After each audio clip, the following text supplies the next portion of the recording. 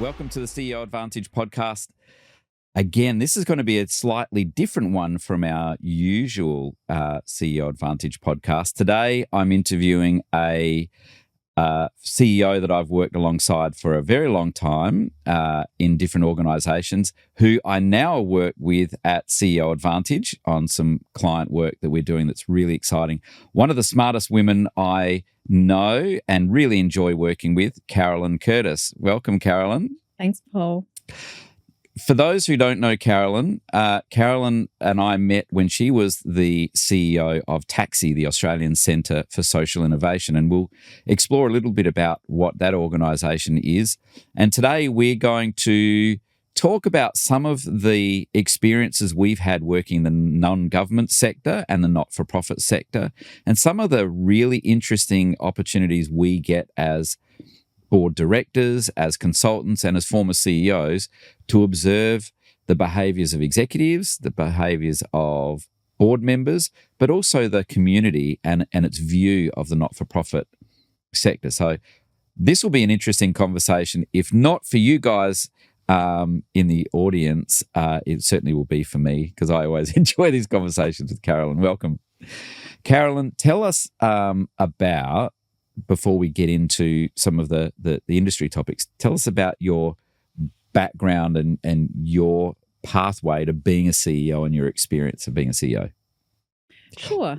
But sorry, before we do that, I do ask the same question of every single person. What was the first job you got paid for? Oh, the first job I ever got paid for is I worked in what was called Variety in Woolworths at Tea Tree Plaza. So I used to go around and tidy the Tupperware and the makeup and the socks and do all of that. And I was 15 when I started, and I absolutely loved it. There you go. Loved your first job. I did. Brilliant. So from Variety in Woolworths at Tea Tree Plaza to becoming a CEO, tell us that story. That is quite an epic journey. We've got time. With a few detours along the way. I guess I was one of those people who, and it's not an uncommon story, came to the end of high school. I'd grown up in the performing arts, had big aspirations to be a dancer and performer, but had like injury after injury. So that never came to be.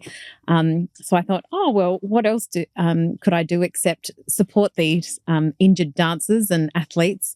So I actually went down the road of rehab, and I became a qualified Pilates instructor, a remedial massage therapist.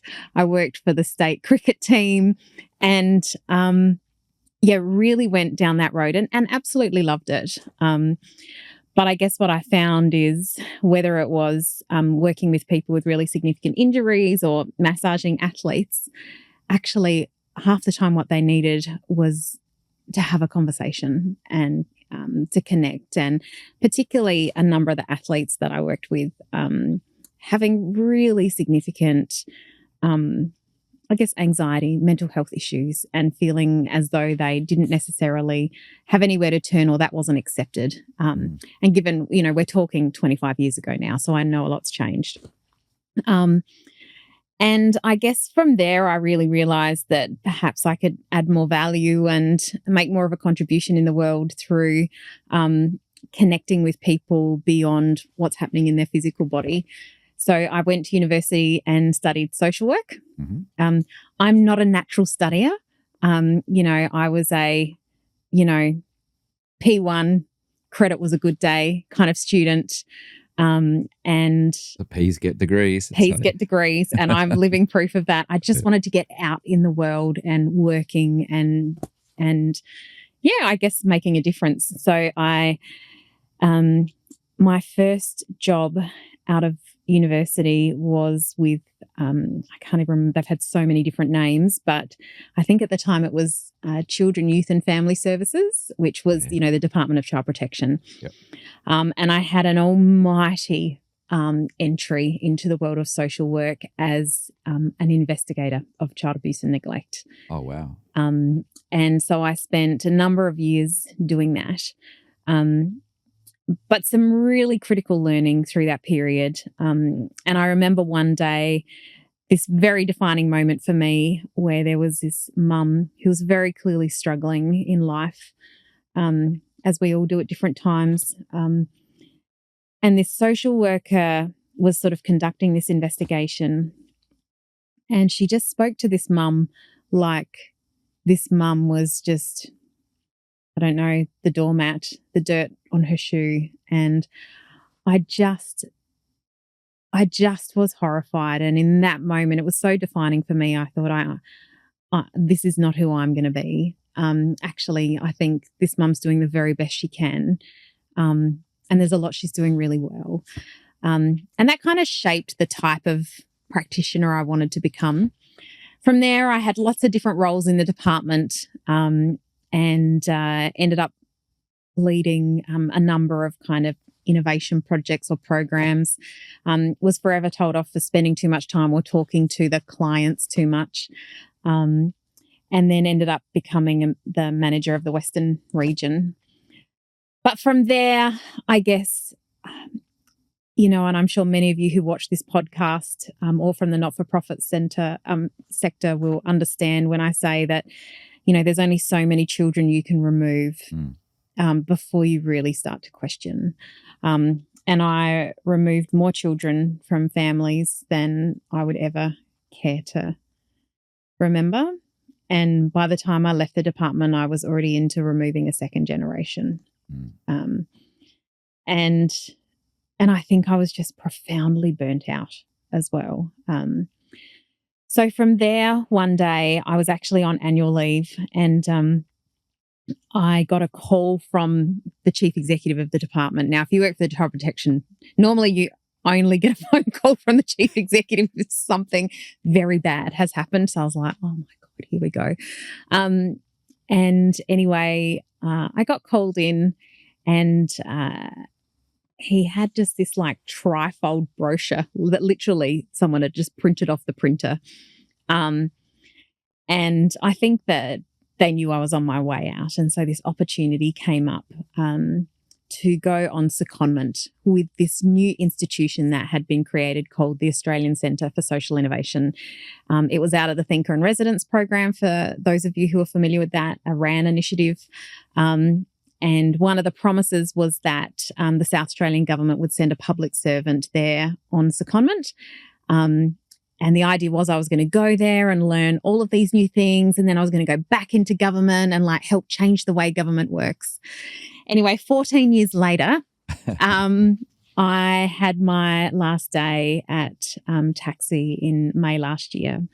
And after around 2.5 years of secondment, in Taxi, I became the chief executive and spent probably 11.5 years as the CEO there. And leaving there's probably one of the hardest things I've done career-wise, because I absolutely loved it, and it felt like a genuine gift to be able to work at Taxi. And I think the difference with Taxi, it wasn't a service delivery organisation. It was more of a research and development organisation. And our whole remit was to discover and prototype new and different ways to help people live better lives. And it assumed that we needed to keep evolving, adapting. It assumed that actually one of the best ways to create evidence is to also bring a client voice into that. It assumed that we needed to learn as a way to grow. And so it really was just the ultimate privilege to work at Taxi for as long as I did. And since then, I have been working with you and also some other great souls in South Australia doing great work, but largely working with organisations who are at that point where they're needing to pivot, evolve, either grow, shrink, make some tough decisions. But I guess the consistent theme is they need to imagine a different future. And I've really loved being a part of helping organisations to imagine what that different future could be.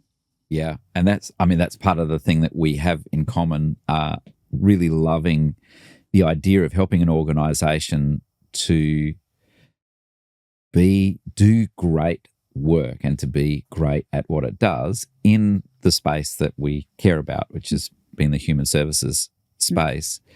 Before we get into that, can we just pause and reflect on the when you decide to leave a role, like you left at Taxi and I left SYC after 18 and a half years, and you know, I'm a life member there, and I still refer to us and we when I think about SYC time, and that was 5.5 years ago now.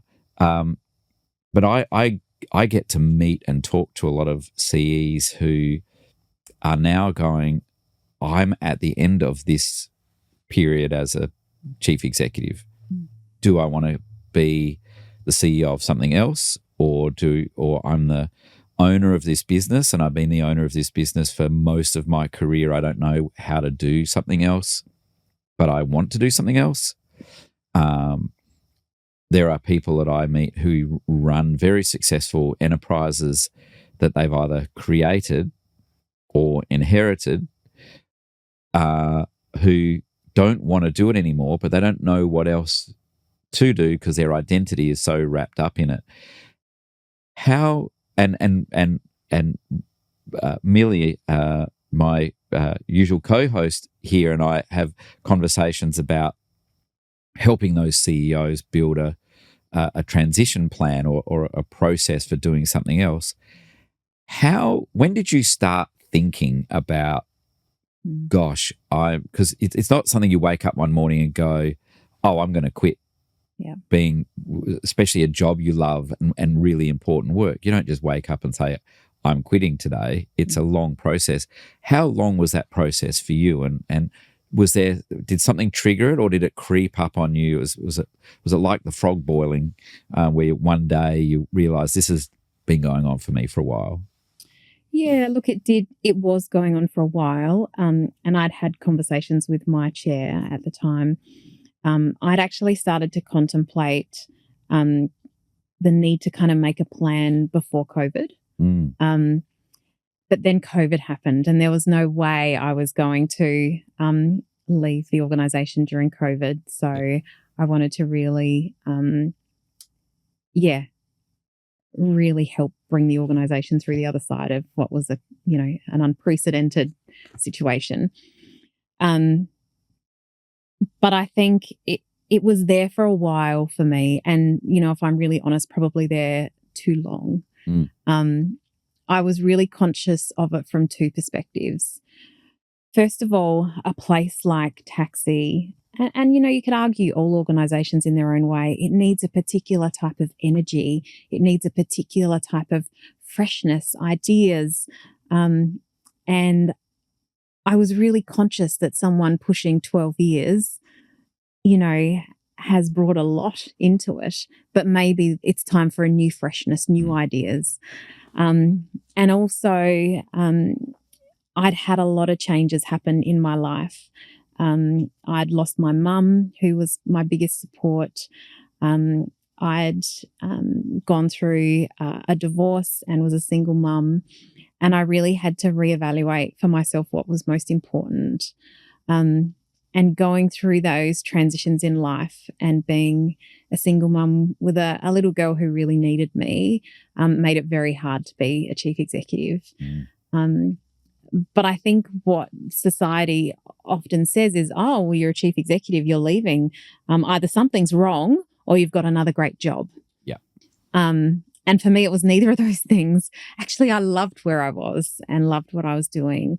There'd been no grand fallout. The board weren't trying to push me out. In fact, it was the opposite. They were like, oh my God, you can't leave.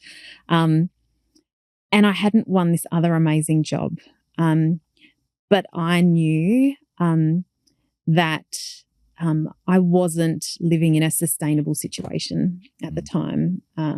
It's a thing that lots of people who are not CEOs don't necessarily understand, and that is that being a CEO is not a career choice; it's a lifestyle choice. It really envelops everything about you. You never. Your family melds in with it, your health fits in with it, your identity fits in with it, but it really is the elephant being a CE, because the buck does stop with you. You are, even in legal terms, you're the person conducting an organisation and all of the PCBU. But it's more than that. A really good CEO lives and breathes and thinks about it and puts their heart and soul into it. So it really is a lifestyle choice. So to come to terms with the fact that lifestyle choice is not healthily matching your lifestyle is a big transition, a bigger transition than just saying, "Oh, I quit my job." It's not. You're not quitting a job. You're quitting a way of living, right? Yeah. You absolutely are. My chief innovation officer used to always say to me, "You're the one that's going to jail." It's a hardcore game. It is, but I guess what I would challenge back to that. So I think that very much was the case for me. It was a big part of my life, but probably too big. And I think, I think I let it become too much of who I was. And I won't bore you with all the reasons as to why that was, but I think it's a really common story when actually Carolyn is a whole lot more than Carolyn, a chief executive. And Carolyn's a whole lot more and a whole lot different from the organisation where she's working. And I think I didn't hold strong enough boundaries around that. I was also running an organisation that was punching above its weight. It was, trying to raise $7-8 million every year. It was tough. But I do think, whilst you say it is a lifestyle, it is a way of life, I actually think one of the things we do need to have more conversations about is, well, what are healthy boundaries? And I've thought a lot about a post that I saw on LinkedIn recently from Holly Ransom, and she talks about the turnover of CEOs and how that's really grown exponentially, and asks the question, do we need to rethink these sorts of roles? Is this sustainable? And, she says we're asking CEOs to be visionary, yet pragmatic. We're asking CEOs to be decisive, yet collaborative. We're asking them to be growth-focused, yet sustainable. There's so many tensions.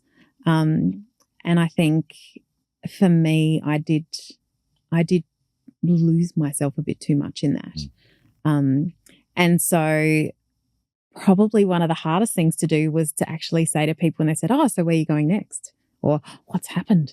was actually, it's neither of those things. I don't have a fancy new job. Actually, I'm going to take some time out.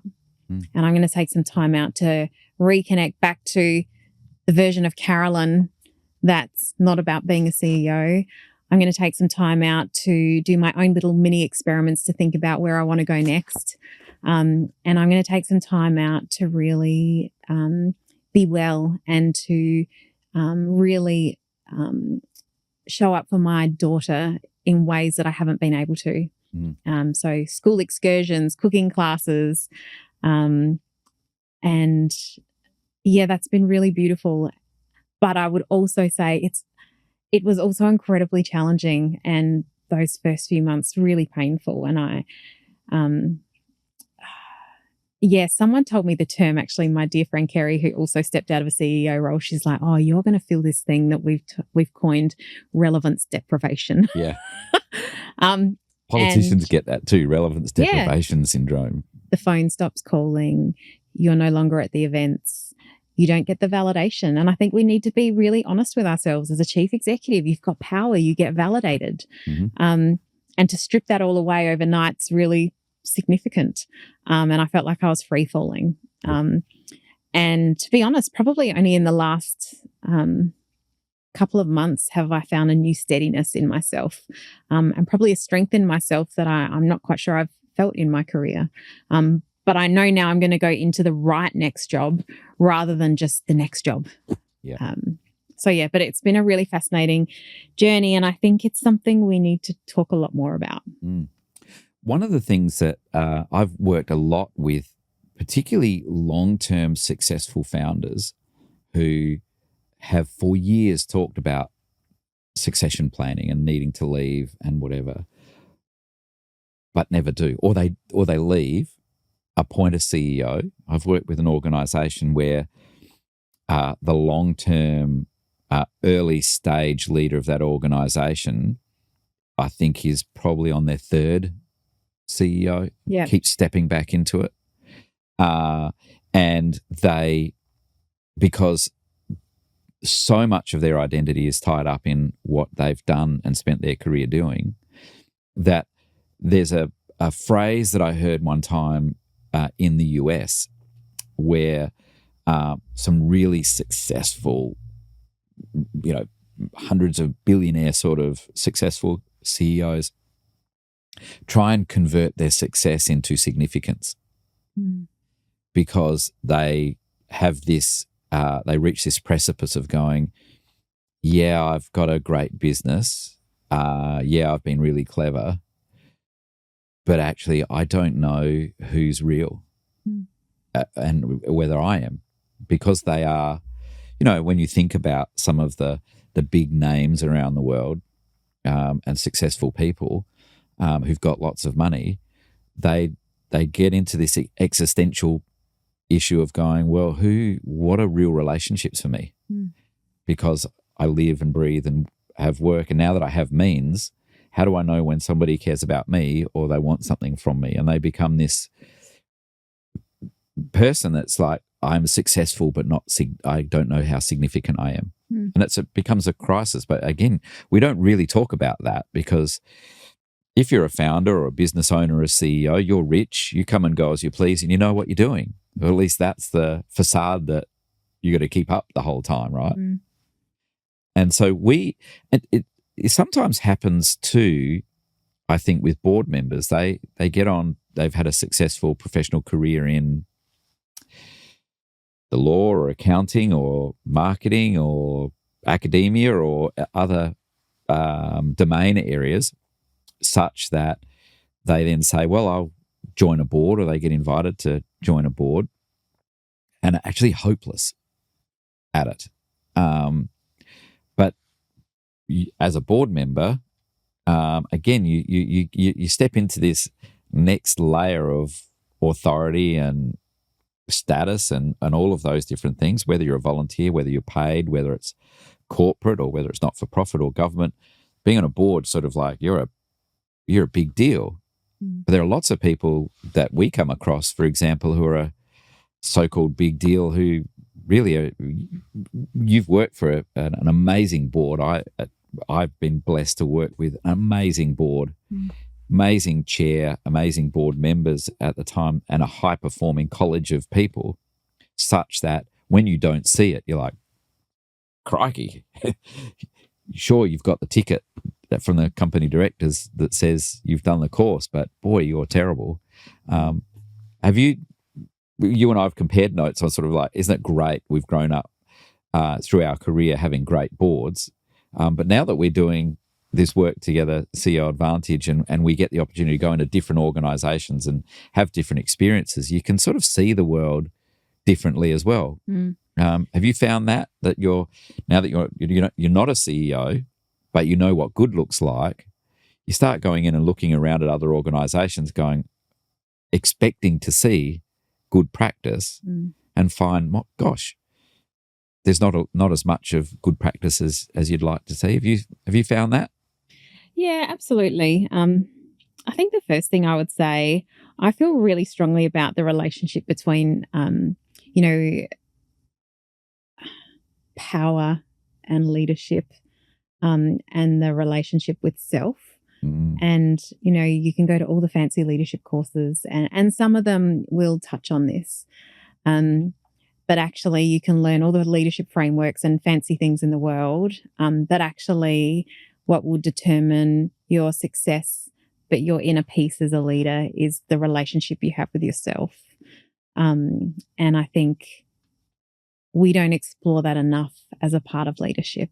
And I think it's becoming more and more critical. And where you see that spill over is when people are in positions of power or authority. And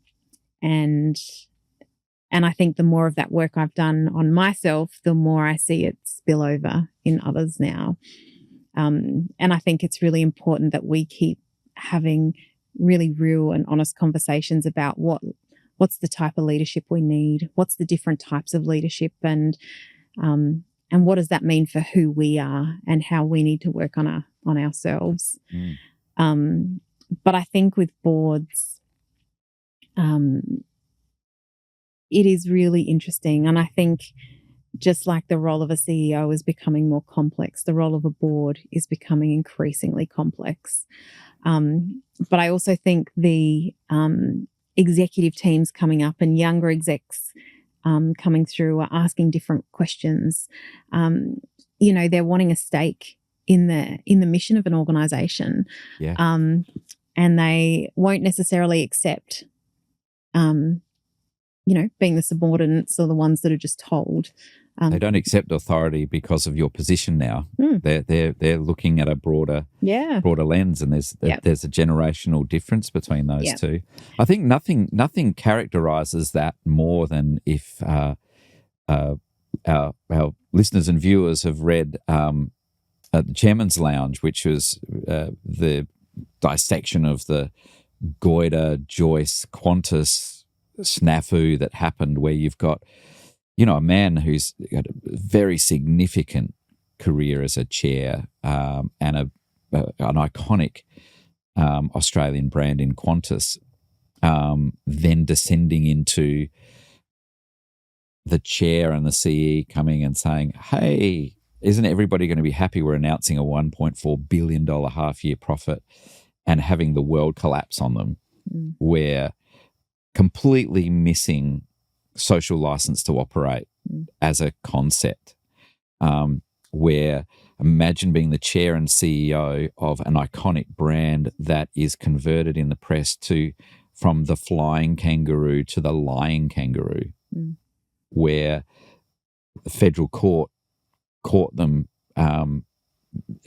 underpaying workers at the same time as ripping off taxpayers, or accepting $800 million from taxpayers, then announcing a $1.4 billion profit, and thinking that the community was going to go, hey, aren't you clever, taking our $800 million and calling it a profit without paying any of it back.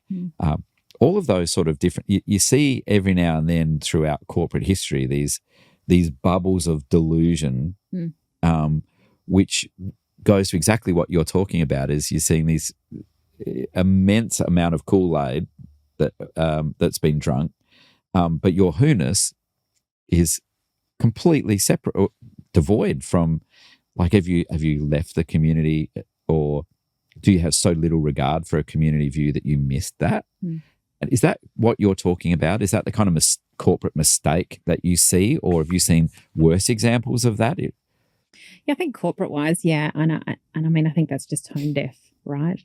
And of course, people. But it's more than tone deaf, isn't it? Does it go to ethics and? Well, yeah, like, because who's walking away with that money?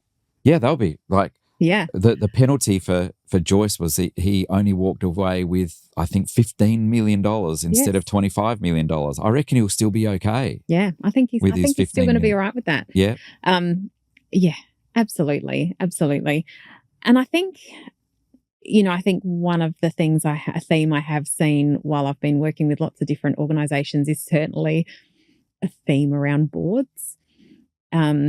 And I think a lot of the training and capacity building that boards focus on is very technical.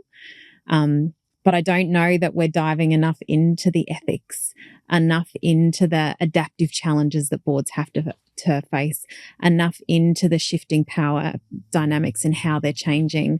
And I think there's some really big themes and questions that need to be asked that sit below the waterline. And that is certainly not the training I've been a part of, has very rarely been the focus. In my 25 years as a CEO, one of the hardest things to find was a consulting and advisory firm where they'd actually been CEOs. I created CEO Advantage to be the advisory firm I was looking for. Go to ceoadvantage.com.au and find out how we can help you and your team be the best in the business.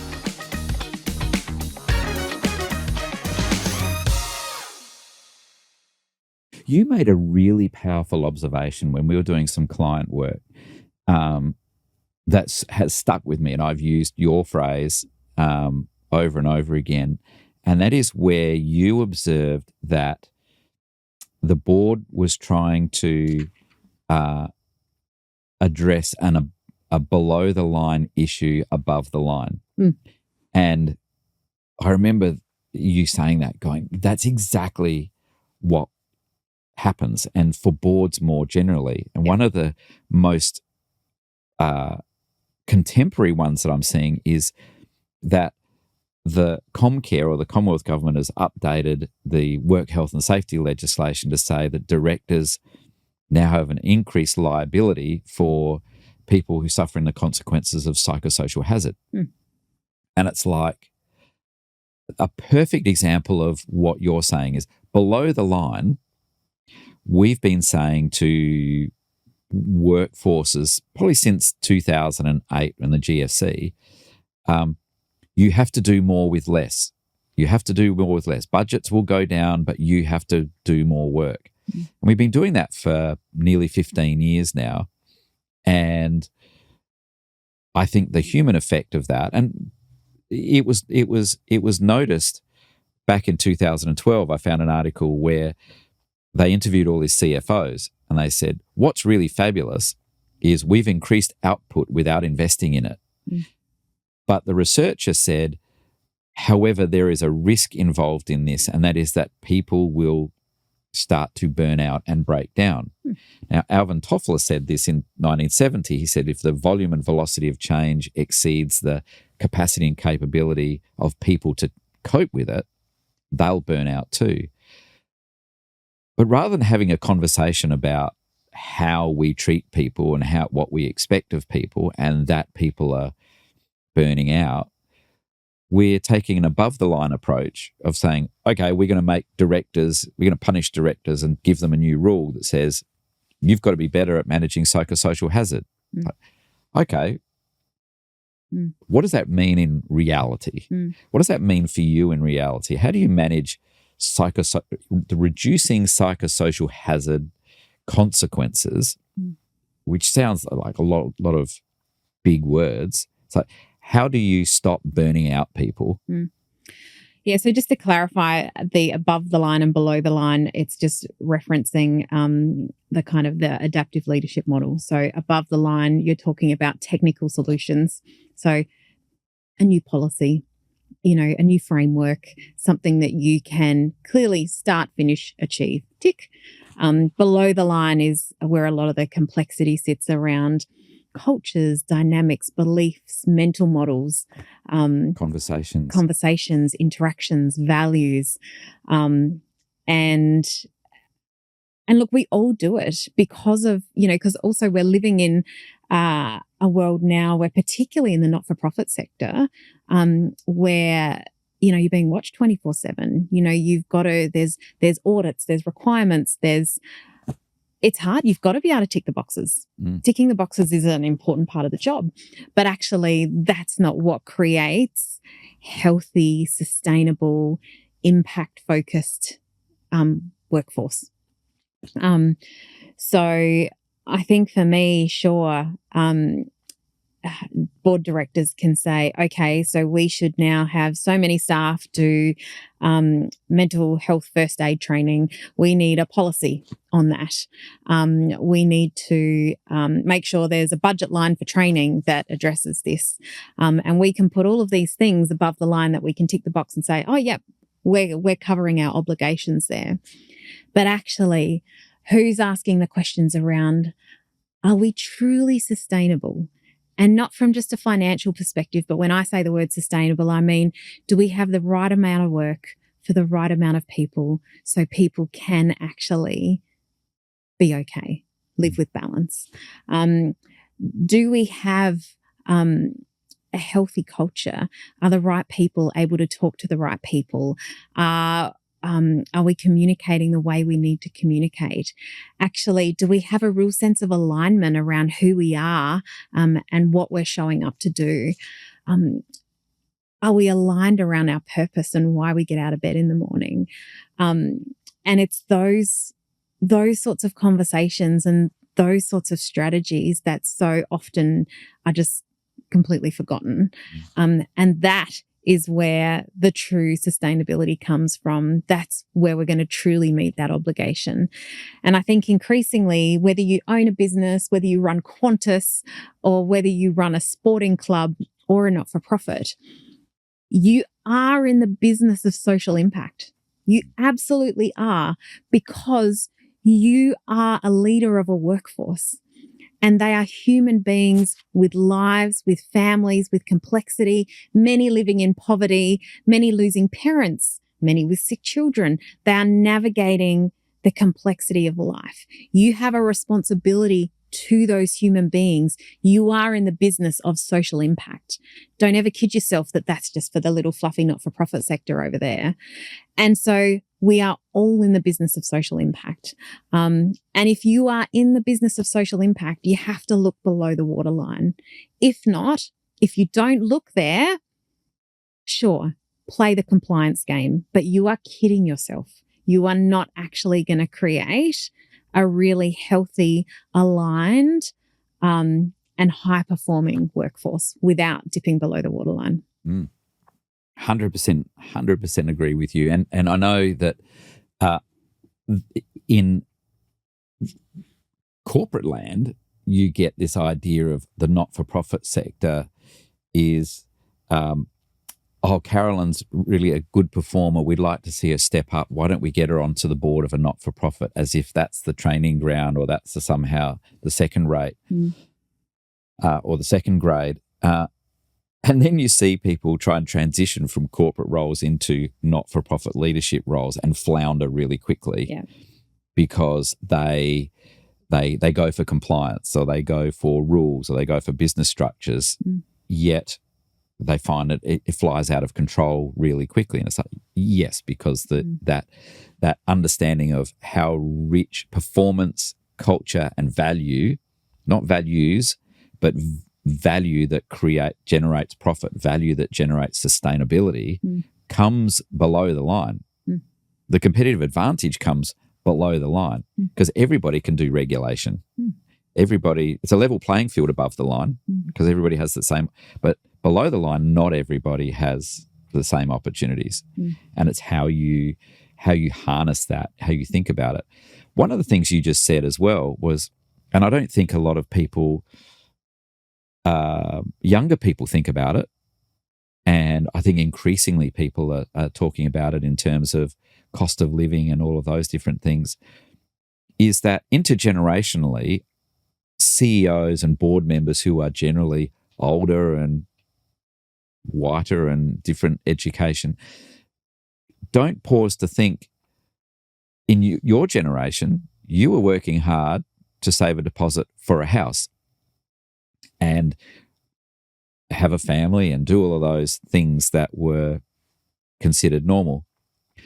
This generation are not working on that basis. They may have a job where they never buy a house or never have that.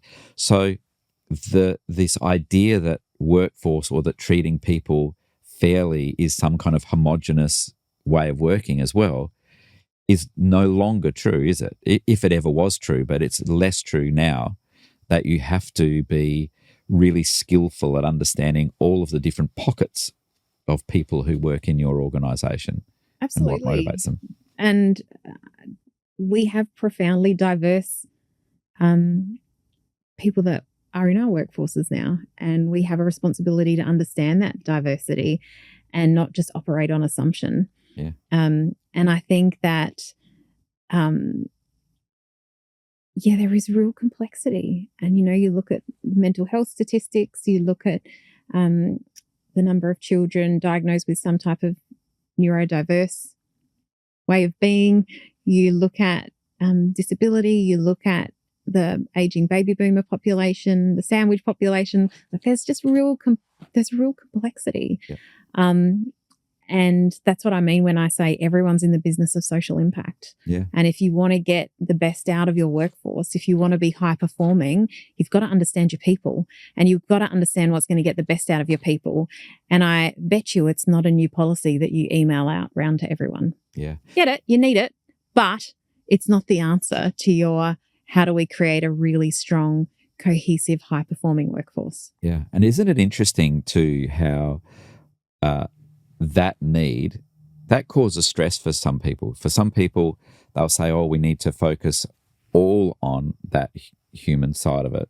But you're also seeing a rail against it where, people who can't cope with it, or they can't lead that way or manage that way. Can't we just stay above the line? Why don't people just get over it and all of that sort of stuff? So you're seeing this rail now against diversity language and all of those sorts of different things, who think they're right. But really, if you hold a mirror up, it's like you're not coping as much as anybody else is not coping because that seems too hard for you. You and I have developed a process when we see an organisation now,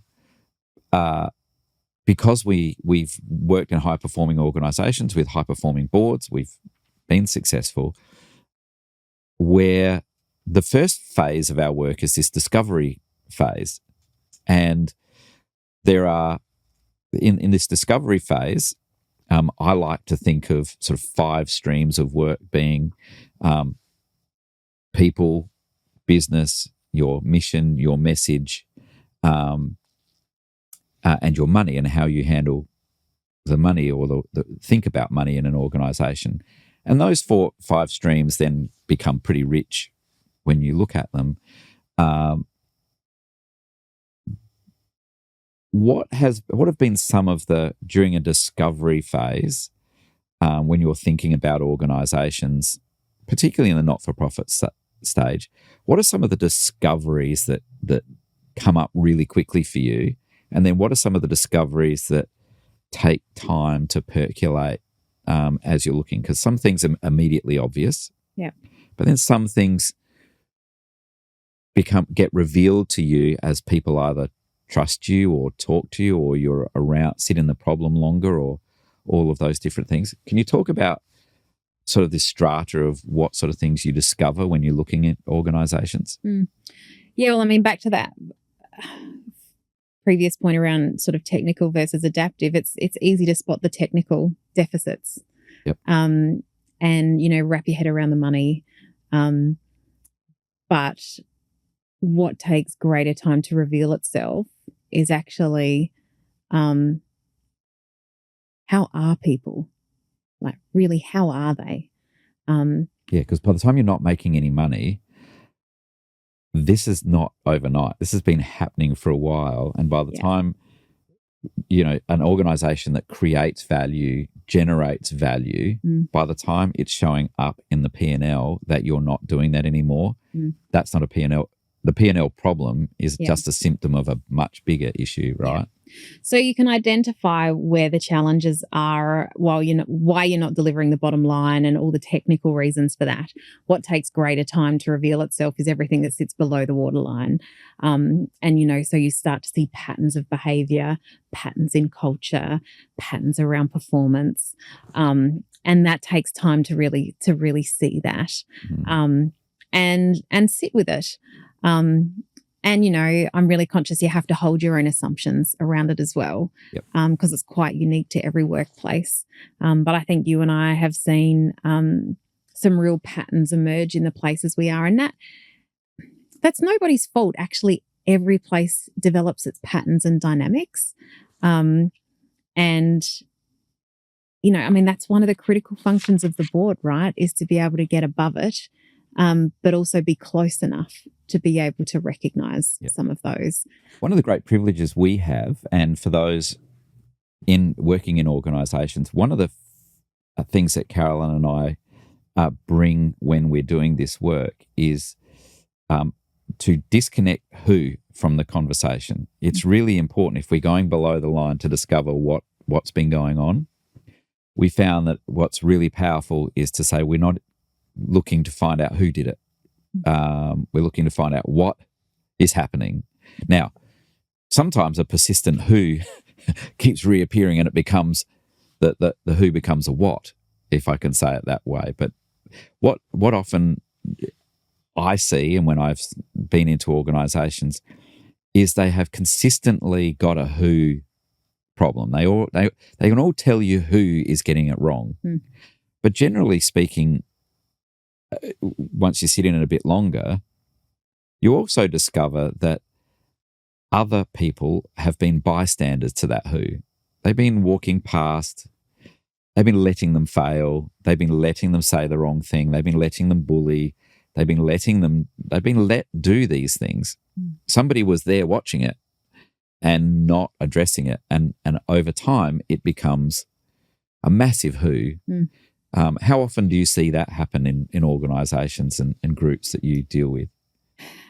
Yeah, look, constantly.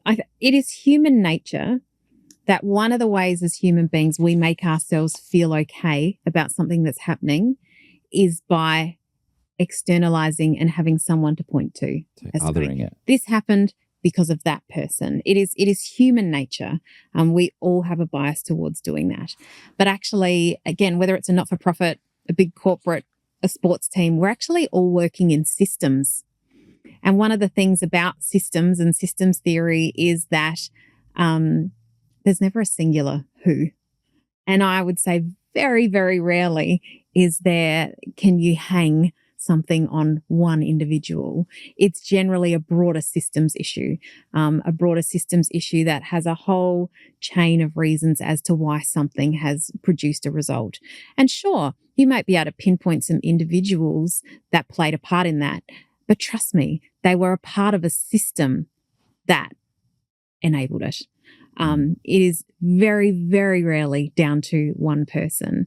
And I think as the level of complexity we're working in is increasing, I think for us and leaders to be able to think more systemically is becoming really important. There's very rarely a singular cause, a singular person. It's more complex than that. It requires us to sit in the grey, in the unknown, to untangle a much more complex web like that.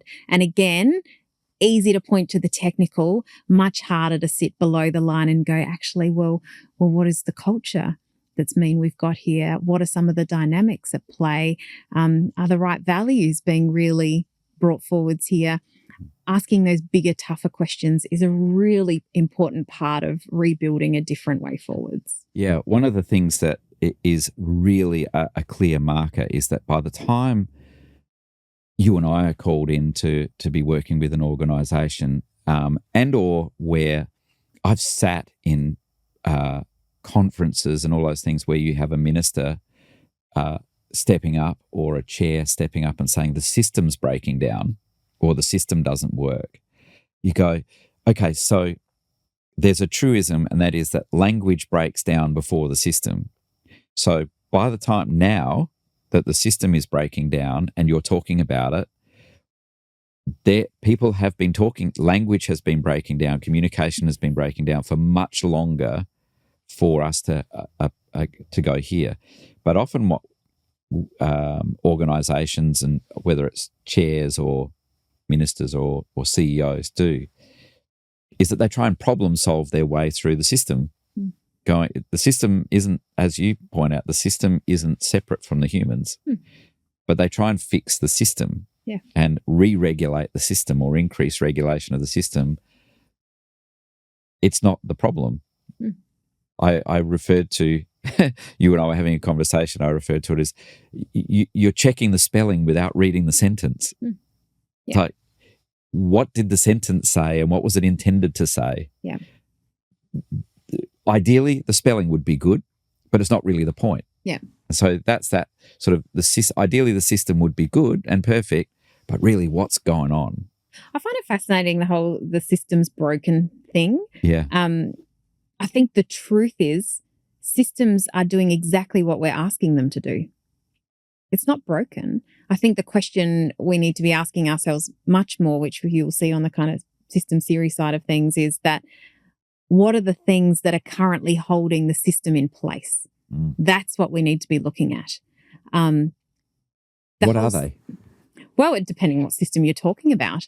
But it will never be one thing, ever. It can't be one thing. But the question we always need to ask is, well, what's holding the current system in place? And then really diving into that. And that will be both technical and adaptive. It will be things around capability. It will be culture. It'll be regulatory. It'll be money flows. It'll be leadership. And the more you dive into a particular system, the more specific you can get. But again, back to human nature, we just have this need to dumb it down for a minister to say something's broken. It's this person's fault. This is how we'll fix it. And then we just go round and round that cycle. To another lap of the track. Where, the question we need to hold is, well, what's holding the brokenness in place? What's holding it there? And there's really always really good answers to that question. And that's kind of more of the mindset we need to shift towards. Yeah. And very regularly, the system's held in place by power dynamics. Yep, that's a big part of it. And how power is held. Yep. And we look to formal structures for signs of how that power is held, and those formal structures do point to that. But often in my experience, the power is being wielded in the informal structure. There are people who are in the organisation who are the cultural holders of the way things are done around here. And they may not have formal power. Some of them do. But often they don't have formal power, but they are at the front line. You've had your corporate induction. Here's the real induction.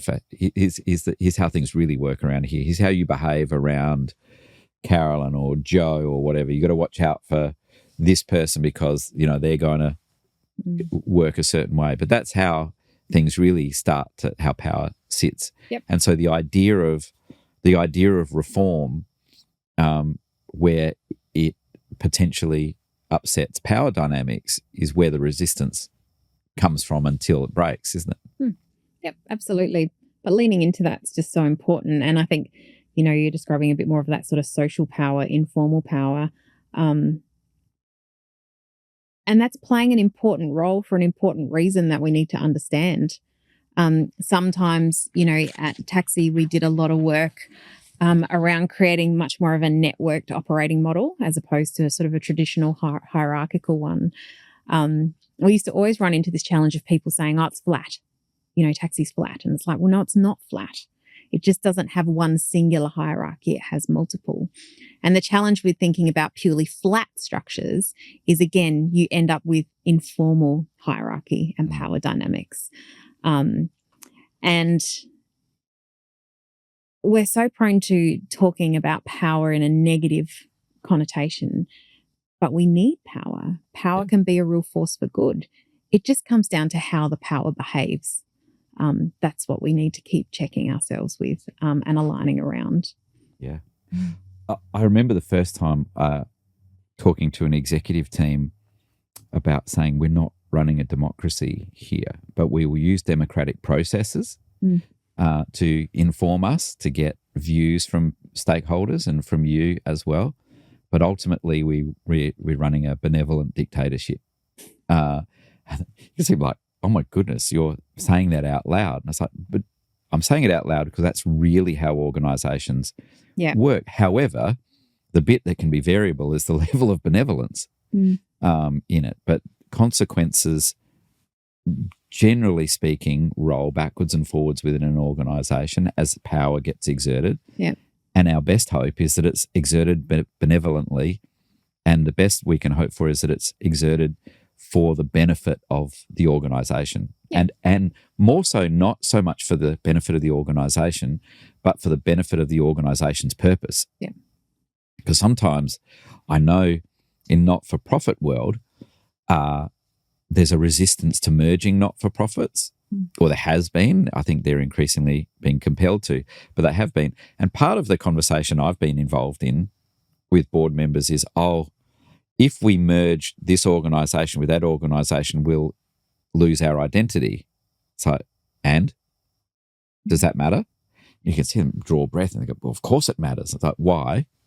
Does it matter to your stakeholders? Will any of the people who are the recipients of the service that they need, if they get that service and it's a really good service, but it's got a new name, do you think they'll kind of go, gosh, I wish I got a different service from that old brand? No. But not-for-profit organisations often get really bound up in that, the power of, but it's our name, it's our brand, it's our style. And yes, all of those things are true, but it's sometimes the service of the purpose that gets lost in this identity politics. Yeah, I think it all just comes down to what that organisation's trying to achieve and what's the best operating model that's going to help it achieve that. Yeah.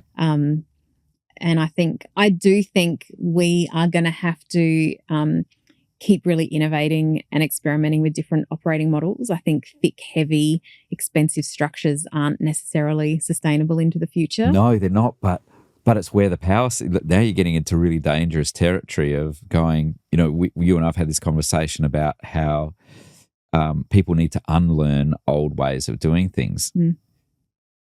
But in those old ways of doing things, if that's where my power sits, me wanting to encourage unlearning in the organisation will be like a turkey voting for Christmas. Yeah. Yeah, and that's why, so much of it is always not about what are the new things we need to learn. It's often about what are the things we need to let go of. And it's the things that are letting go of are way more challenging than the new things we need to learn or acquire. But for me, and when in my last CE role, I guess the question we were always asking ourselves when it came to decision making was, how do we ensure we have the right people in the right places with the right capability making the right decisions? And I thought it was really fascinating. And there were quite a few things I, as a chief executive, had to let go of.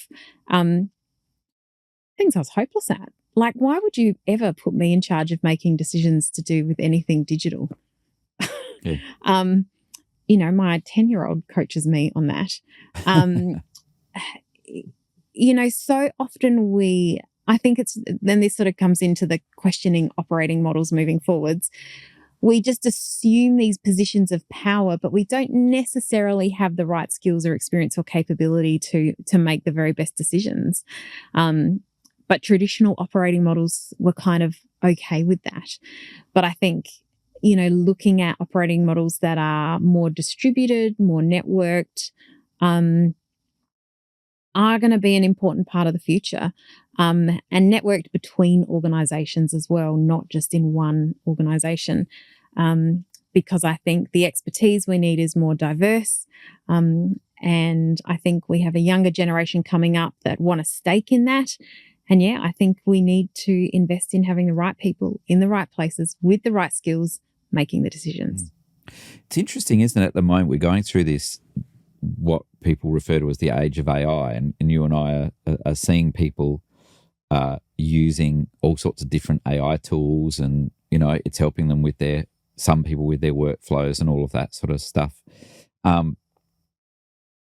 it's not the doomsday for jobs that everybody sort of forecasts. I think they forecast the end of jobs during the Industrial Revolution, and then that when the internet came out, and now with AI.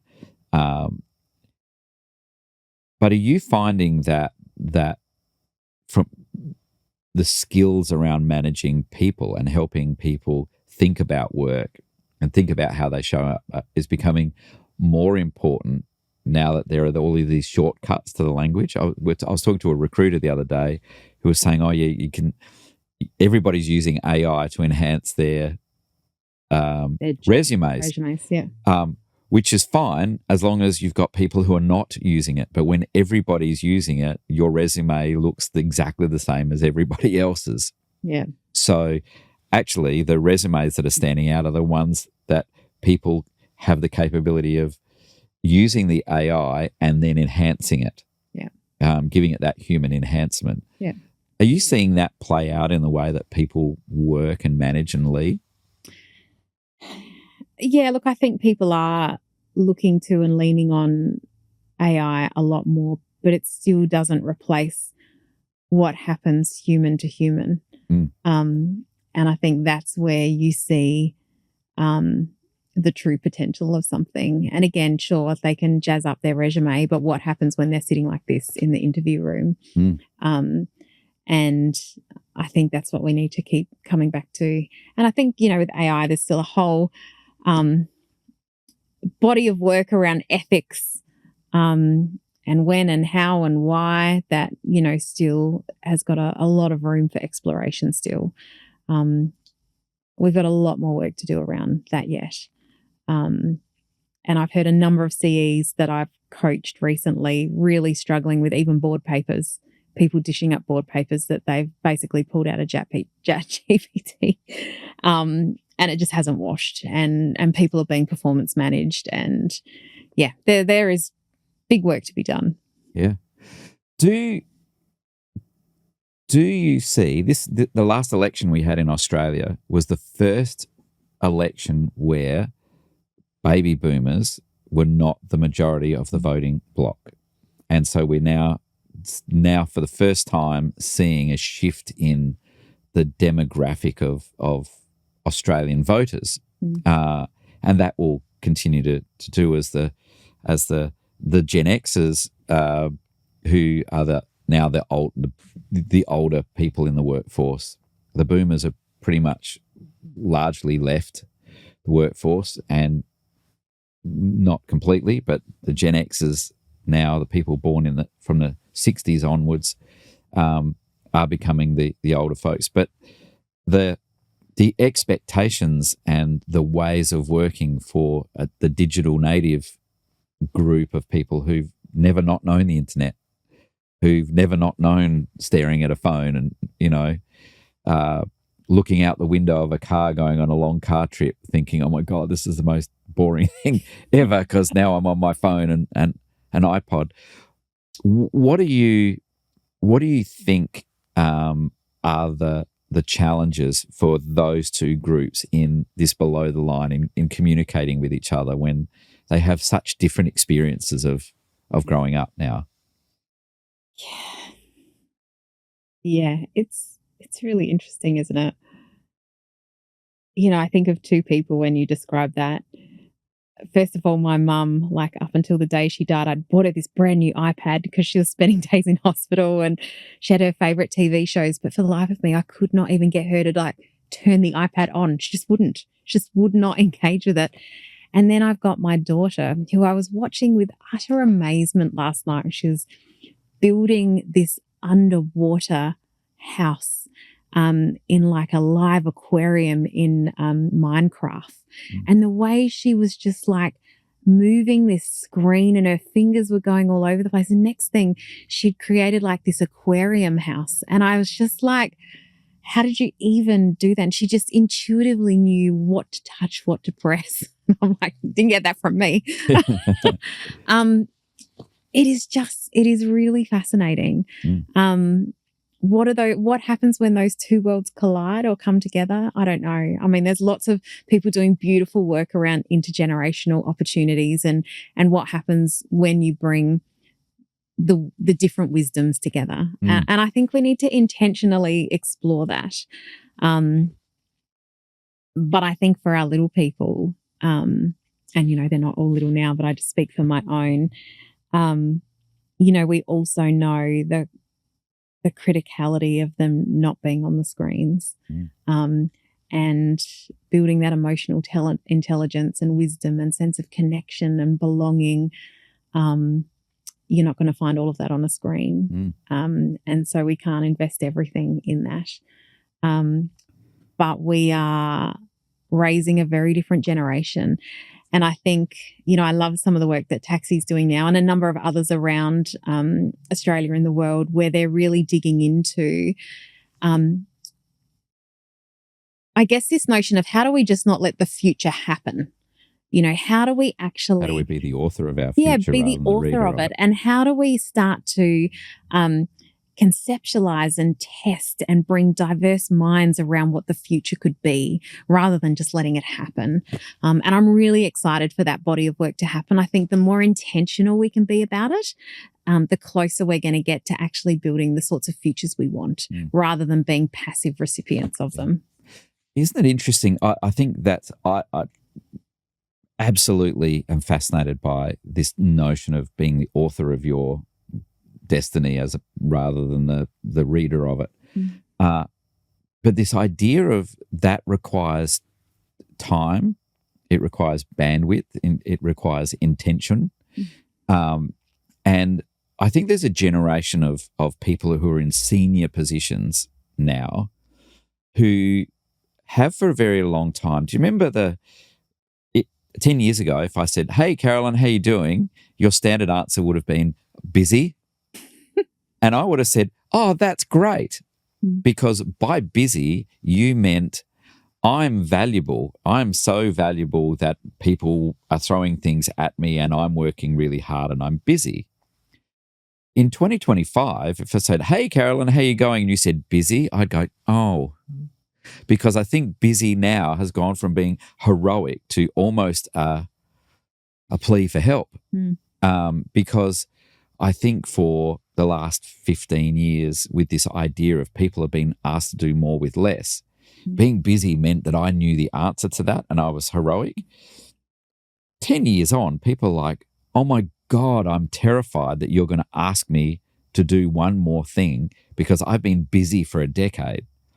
And so I haven't had time to develop my skills or even my permission to take time out. Exactly what you're doing, where you said, I'm taking time out to be a CEO, from being a CEO to reevaluate and to connect with, my child who's 10. She's only going to be, in 10 years' time, she's going to be 20. And an adult for a long time, but a child for a little time. But there's a whole generation of people that have been so busy that they don't know another way of being other than busy, which is, and that includes this inability to not stare at your phone or, I've got to be stimulated all the time.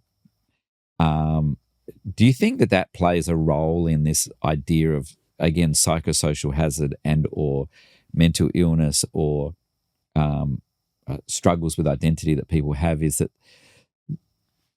if you took their phone away and left them alone with their thoughts, that's become a bad neighborhood for a lot of people? Well, that's like Pandora's box there.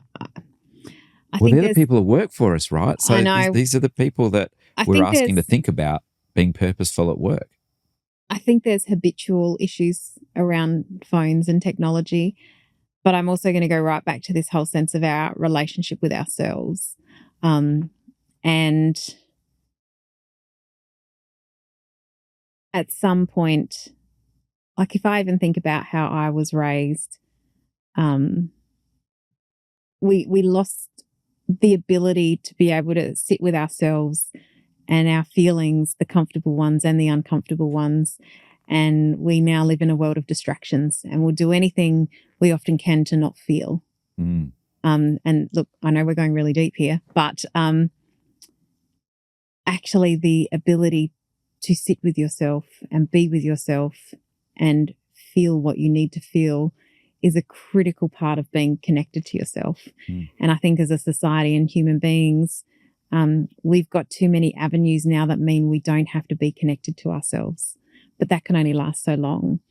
And I think, there's a whole movement around it, around how you find your way back to your most kind of authentic self.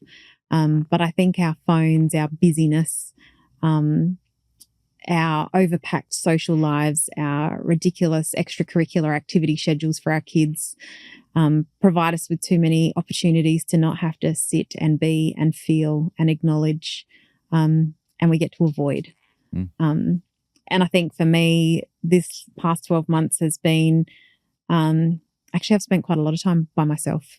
or out in nature, or just sitting on my couch and being and feeling. And like I said, some of that's been really uncomfortable. But avoidance and distraction and constant external validation is not going to lead us to a next healthy generation of human beings. Absolutely. And I think I've seen that even in boardrooms and in executive rooms where dysregulation, we're using these almost clinical, well, then they are clinical words, but clinical in terms of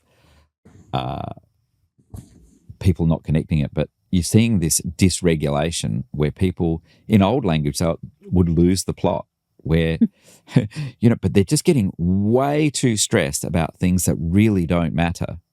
And I think it's because they as you say, that feeling has become unfamiliar territory for a lot of people. So they fill it up with distraction and noise and all of these different priorities. But that chemical sensation of feeling of fight, flight or freeze or all of those different things has become so unfamiliar that people do become dysregulated, or they lose the plot, or they overreact. And the way I'm seeing that play out, for example, in executive conversations and or board conversations, is this need to win or make a point.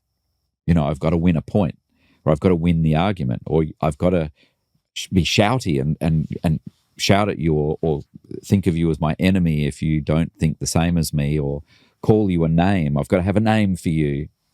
So you're a climate denier, or you're woke, or you're right wing, or it's got to have a name. And it's like, it doesn't though. It doesn't have a name. And having people sit in conversations that I've had where they're spiraling to dysregulation, just sort of go, hey, it doesn't have to have a label. What if it didn't have a label and you just had to talk about it? People are afraid of that. Are you seeing that? Because they don't have the skills to play with it? And I think what you can always say to yourself is, whenever you see someone have a response that's disproportionate to the situation, it's either bigger or just a bit off, or not there at all, or just not there at all. It's because there's something deeper, older, more significant going on. And we see that all the time. And often big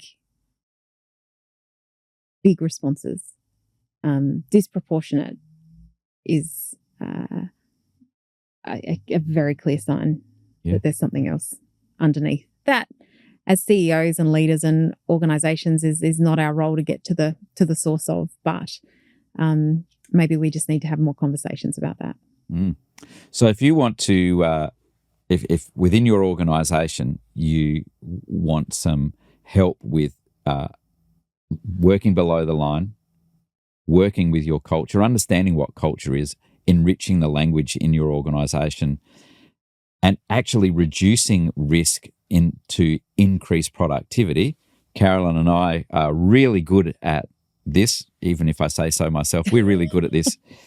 Get in contact with us and we can help you with it. Carolyn, thank you so much. I knew that we would be able just to go in an unbroken stream of conversation. We could probably go for another 2 hours, but the audience may need to tune in for a whole new podcast series of chapters with us to do that. My final question, and I ask this of all our CEO Advantage podcast guests, is this. Imagine it's one of those days. It's just not gone well. Everything you've done hasn't worked. You're in a bad mood. In fact, you're in such a bad mood, you want to stay in a bad mood. And then a song comes on the radio and it does that to you. It just makes you smile and you go, oh, I can't stay in my bad mood. What's the song for you? Do you know, lately, because my daughter's been listening to it, do you know that song, Shut Up and Dance With Me? Yeah. Yeah, it's that one. There you go. I've really cranked that a few times when, maybe I did want to tell someone to shut up, and maybe just dancing would be a far better option. So, yeah, that's my song of the day. Fantastic. Excellent. Thank you so much for being part of it today. Thank you. Awesome.